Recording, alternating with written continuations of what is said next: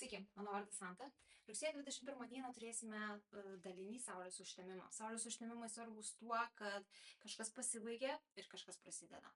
Saulės užtemimas žymi pabaigą ir pradžią. Mes pradedam naują ciklą, užbaigiam seną ciklą.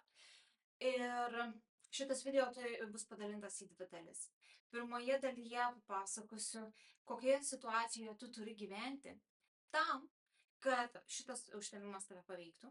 Ir antroje dalyje papasakosiu, ką šitas saulės užtemimas nori padaryti tavo gyvenime. Tai veikia šitas užtemimas, jeigu gyveni šitoje situacijoje, kurią apibūdinsiu.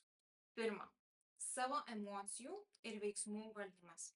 Tai reiškia, kad vengi reikšti savo emocijas ir jausmus. Jas ne tik vengi, bet dar ir valdai. Jas filtruoji tam, kad suvaldytum ne tik situaciją, bet ir save. Valdai save tam, kad suvaldytum situaciją. Tam, kad neišprovokuotum kažko, kas galėtų išaugti į didelės emocijas, kuriuose jau nebegalėtum kontroliuoti savęs. Tad kontroliuodamas save, tu kontroliuoji viską aplinkui. Bent jau yra toksai lūkestis. Antras dalykas. Jautiesi suvaržytas, sukaustytas. Atrodo, kad kiti žmonės iš tavęs nori vieno dalyko, o tu nori kažko kitokio. Ir atrodo, kad tau neleidžia reikštis socialiai taip, kaip tu norėtum. Ir tas norėjimas veikti vienokiu ar kitokiu būdu užstrigdina, nes aš noriu vienaip, o ten vyksta kažkaip kitaip. Iš manęs kažko kito tikimasi. Ir čia įvyksta užstrigimas. Atrodo, negali judėti į priekį. Stengiasi, galbūt darai, galbūt norisi ištrūkti iš šito sukaustimo, bet neišeina.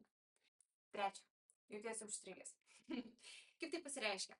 Tai pasireiškia, kad mėgini kažką tais daryti, stengiasi, ruošiesi, darai savo paruošiamuosius darbus, tada šokiai situaciją, padarai tą veiksmą, kuris sakytų, va, jau padariau, ir tada visiškai visa situacija sustojus ir visiškai nereaguoja.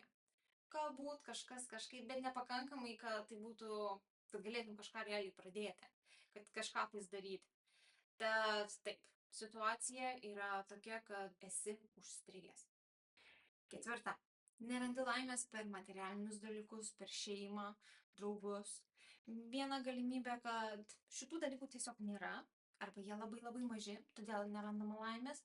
Arba kita galimybė, kad nors šie dalykai yra, tačiau komunikacija nėra užpildanti širdį. Todėl šie dalykai nesuteikia laimės.